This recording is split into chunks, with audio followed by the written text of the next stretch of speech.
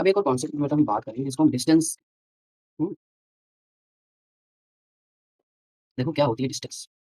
Distance formula जो होता है, वो जो होता है उसको नहीं जानेंगे।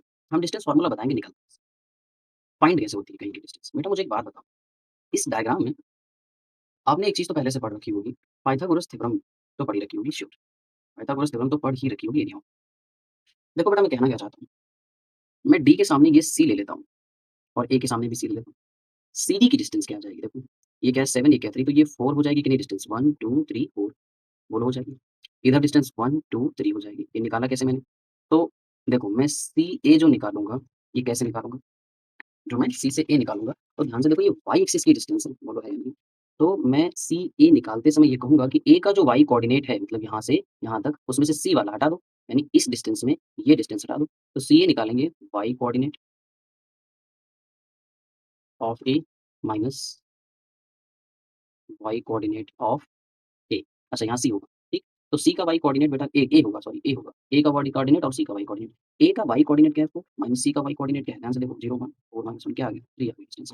ऐसे जब ये डिस्टेंस निकालेंगे तो टोटल डिस्टेंस कितनी है बेटा? 7 और यहाँ तक की 3 है। तो यही 7 माइनस 3 तो ये डिस्टेंस कितनी बचेगी? 4। इतनी बात समझ में आ गई? अब इसको हटाते हैं बेटा, समझना हम करते क्या हैं? यानी हमारे डेटा में जो निकल कर आया उसको हम बेसिकली नाम कैसे देंगे ये समझना। इसको आप नोट कर लीजिएगा वीडियो पॉज़ करके, वहाँ से आपका काम हो जाएगा, ठीक है? मैं ये कह रहा हूँ ये 4 कहाँ से आया है? ये आया है 7 माइनस 3 से। कैसे? ये रेड कलर से देखो बेटा, कैसे आया? ये पूरी डिस्टेंस क्या है 7 और ये डिस्टेंस क्या है 3। इसीलिए इस डिस्टेंस को क्या बोलेंगे 7 माइनस 3। ऐसे ही इधर देख लो, ये पूरी डिस्टेंस बेटा क्या है? बहुत ध्यान से समझना वाई एक्सिस पे, तो 4 है और ये डिस्टेंस क्या है? 1 है। तो इसको क्या बोलेंगे 4 माइनस 1 इक्वल टू 3, ठीक? लेकिन एक बात बताओ पाइथागोरस थ्योरम कहती है कि सर एडी के बीच की डिस्टेंस निकाली जा सकती है। कैसे? एडी का स्क्वायर हाइपोटेन्यूज क्योंकि 90 डिग्री हो गया इक्वल टू परपेंडिकुलर स्क्वायर यानी 3 स्क्वायर प्लस 4 स्क्वायर।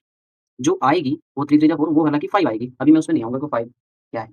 एडी जो आएगी 3 स्क्वायर को मैं क्या कह सकता हूँ? 3 मतलब ये और ये मतलब 4 माइनस 1 का होल स्क्वायर यस 4 का मतलब ये और 4 का मतलब 7 माइनस 3 का होल स्क्वायर। यहीं से बात मुझे पकड़ लेगी। बेटा ये 4 माइनस 1 तो डायरेक्ट अब अप्लाई करोगे आज के बाद कि सर इसका वाई कोऑर्डिनेट माइनस इसका वाई कोऑर्डिनेट। अगर ये x1 y1 होता और ये x2 y2 होता तो हम डायरेक्ट कहते क्या? कुछ भी कह सकते हो y1 माइनस y2 या देखो 1 माइनस 4 को या 4 माइनस 1 क्योंकि इधर क्या लगा होल स्क्वायर। तो मैं कह सकता हूँ y2 माइनस y1 का होल स्क्वायर प्लस x2 यानी 7 माइनस x1 यानी 3 x2 माइनस x1 का होल स्क्वायर। यही क्या हो गया? 80। इसी को बेटा हम डिस्टेंस फार्मूला कहते हैं। यानी अब मैं डायरेक्ट आपसे निकालने के लिए कहूँ कि एमडी की डिस्टेंस बताइए। तो आप कहोगे सर x2 माइनस x1 ये 9 ले लो माइनस में 7 ले लो। तो 9 माइनस 7 का होल स्क्वायर प्लस में आप क्या कहोगे y2 माइनस y1 यानी 6 माइनस 1 का होल स्क्वायर और अंडर रूट में कर दो। 9 minus 7 2 square plus 6 minus 1 5 square और अंडर रूट के अंदर 2 2 जा 4 5 5 जा 25 25 प्लस 4 कितना आता है? अंडर रूट 29 क्या आ जाएगी? डिस्टेंस।